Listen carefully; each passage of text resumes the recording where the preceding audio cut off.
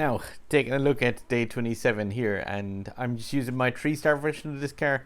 I'm not putting more into the microtransactions and stuff for this one. It's not amazing at 3 stars, definitely. It does not feel like a super car like you would have expect from the end of a month-long event.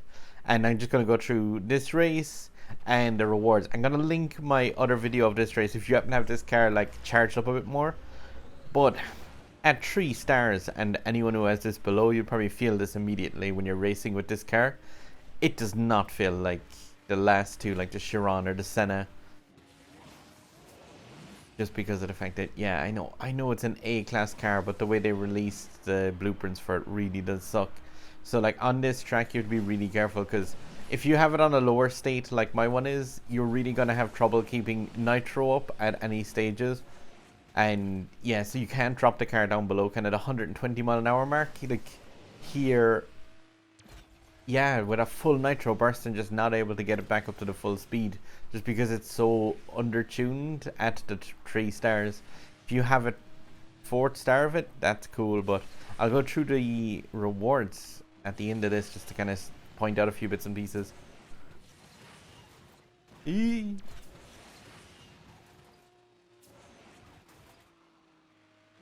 So skiddy because the handling, like I said, you really have to be careful, by the way, on that jump. I'll throw some outtakes to this at the end of the video, but yeah, that jump in particular, you have to be careful to hit that one really low.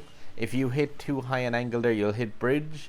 That's why I take it so low that like the car just barely makes one rotation over, but you can't barrel roll high on that. You can just flow through the barrier here though. That one doesn't, that's like non-corporeal. It's not a solid object. Some DS9 lingo. But again here, like, I have trouble, yeah, with the car. Say if you drift too much, you're just gonna lose speed. Oh, hey, that's not bad. 143. It's not great, but yeah, it's a 3rd star of that car. Genuinely, I'm not gonna push too much beyond that. I think I'll give this some other tries and see. But yeah, this is one where, yeah, again there, 140, 548, 549, nice stuff. Game stealing is a 0.1 of a second off me. But yeah, it is just one of those ones where the car itself just isn't amazing. Especially at the end of a month-long event, you would expect like an S-class car. And yeah, that's just solidified into that 25% place. Hopefully I get to stay there. Congrats to BMW 481 and Hyper I. But yeah, like when it comes to the rewards for this event though, like I hope you notice the fact that at the top here you've got the top 5% and top 1. I almost said it. It's top 1, not top 1%. So only one person's getting 3,000 tokens from that. And yeah, top 25 and top 10 are getting 2 and 1 epic import parts.